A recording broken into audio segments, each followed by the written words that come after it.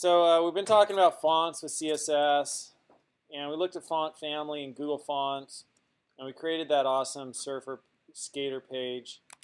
Man, I think that's turned out really well. This one right here. And then the next thing we're going to look at is some font units that we could use. And if you want to see the outline we're working on, it's right here, right there. And if you want to take this whole course, it's on greatercommons.com. So check it out. It's awesome. So when we set font size, so we have font family, and then we have font size. With font size, mostly we've been using pixel, but you could also do percentage. So percentage is a percentage of the parent. So, you know, if my parent is 16, my parent's 32 pixels, and then inside that I have a child, and I say, hey, make that 50%, font size 50%, that will be 16, because it's, you know, half of the parent, right? So percentage refers to the parent, and that way you could build some little component, and you could say this component, and then you could set all the fonts inside that component relative to the parent container. And that's the same way that the M unit works. And the M unit is like, give me one M, it's one of my parents. So if I said on the child, my font size is 1M, and the parent's 32, then the child's going to be 1M. Or it's going to be 32, right? It's going to be one of the parents. And if it was 2M, then the child would be 64, because the parent's 32. If it's 0.5M, then the child would be 16. So percentage, right? You could even say 200%, 50%. Or M, you could say 2M or 0.5M, kind of the same thing, and it's referring to the parent. Rem, and M, by the way, they call it M because it's the letter M in typesetting. That's where it comes from back in the day, and the letter M was a standard of measurement for typesetting back in the day. Things, you know, what's the size of the M character? So they call them M's. And rem is it's relative to the root M. So that's the HTML element. That's the root element. What is the font size on HTML element? On all browsers it's 16. So you could just say rem, and it's going to be the font size relative to pretty much 16 unless you change the HTML font size. And it's relative to that. And so that lets you tie, you know, all of your font sizes to one kind of master control font size, and then you could change the master, the HTML font size, and it changes every other thing that's using the rem size. So which one should you use? M and rem and percentage and pixel, you know, are all good, and I'm just trying to think if there are any rules there. I have a friend who told me some one time, and I'm trying to bring them up from my head. Yeah, so I think just that thing that I explained about if you want your fonts to be tied to their parent, use M. If you want it to be tied to root, use rem. And then VH and VW measure from viewport height or viewport width, and there's 100 of those, regardless of the width or the height. And so you just say basically, it's again kind of like a percentage, right? Like, hey, 70 viewport width, that's 70% of my screen, regardless of the screen size. So as the screen size changes, like if we go back to this one here, instead of saying that the font size is 10 rem, which is 160 pixels, 160 pixels, right? We could say that is going to be like 80 VW. So it's 80% of the width of the screen. That's pretty big. That actually is kind of cool. Put something on top of it, right? There's actually some kind of interesting style to it. Let's go with a font size of 4 VW.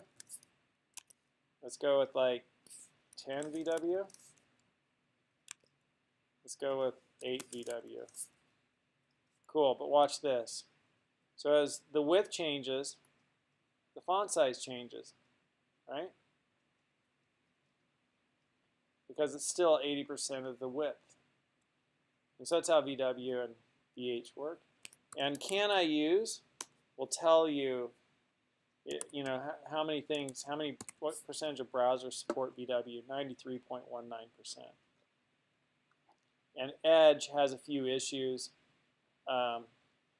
Partial support refers to not supporting Vmax unit.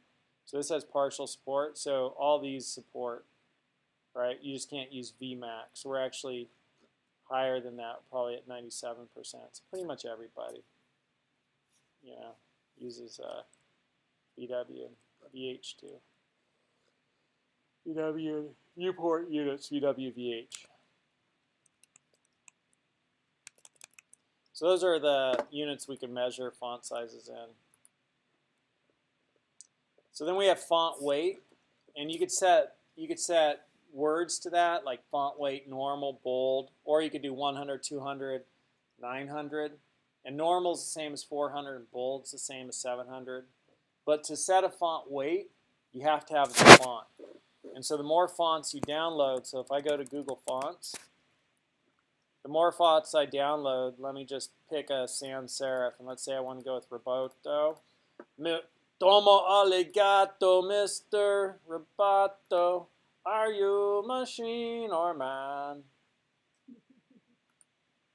And I have to download each of these fonts, right, if I want to use them. So I want regular 400, medium, bold, black, light, thin. Load time slow. Oh, I got to download all these fonts to the, right? It's like, whoa. But as I download less load time. Moderate. If I just stick with 2, fast. And then it tells me here, you can see, hey, it's giving me the 400 and the 500. And I can use both of those. So that's font weight. I could set font weight. Otherwise, if I set font weight and I don't have the weight, it just is like, I can't do anything for you. I don't have that weight. And then we have font variant. That's kind of cool. Normal, small caps, titling caps. I don't know what titling caps are. Did I spell that wrong? Font variant. Font variant, Indian. Font variant, MDN, titling caps. I have no idea what titling caps are. Titling. Thank you. That's sleep deprivation for you. I don't know what titling caps are. That's funny. Titling. So let's see if I have any examples of titling caps. Titling caps. And font size, font weight, font style, font variant. So font size, font weight, font style. Did we look at style already? Font style, normal, italic. And then there's line height. You saw me do that. But font variant, that's kind of like the one that's different. The rest of those you kind of like imagine. Font variant. Split vertically. Mind is the forerunner of all things. As you think and act, so your world becomes. True dat. And there we have font variant small caps. Or we could do font variant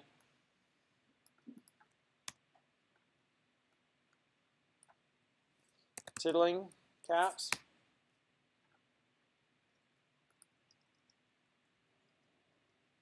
Right, and you can compare them. Pretty interesting. What else do we got?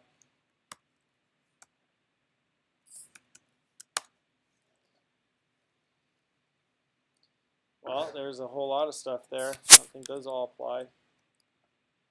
MDN. Small caps, common ligatures, small caps, inherit, initial, and set. Normal, none. Close enough. I like just small caps. All right, I'll go with this one. And What is the next one? I am a robot. Tiling cat, unicase, and there's also text transform. And text transform could do uppercase, lowercase, and capitalize, so those are kind of similar. And then here we jump in and talk about font family, and font size, and font weight, and font style. Font weight, font style, normal, italic, oblique, font variant, and text transform. Text transform, uppercase, lowercase, capitalize. Line height, you saw me bust that out, and you could use values like a number or a length. Letter spacing, word spacing, and color. We already know color, letter spacing, and word spacing. That's kind of cool. Let's look at letter spacing and word spacing examples. Letter spacing. Okay. And word spacing. Okay. Color, Google Fonts, text align. So where do we hit text align here? Close tabs to the right. Google Fonts, text align, margin 0 auto is one way to align things into the center. And text shadow, we don't have any like settings on text align. Let's look at this text align. So text align center. Centered something in the text. And let's see what this text align is. Text align center again. So it centered the image. Inline element. Text shadow, you saw me use that already. And it had the X offset, the Y offset, the blur, and then the color. So 4 settings. Let's see what I've got here for an example. A. It's a nod to my Canadian heritage. Churchill. Little gray shadow there behind Churchill. The shadow overcome. Text decoration.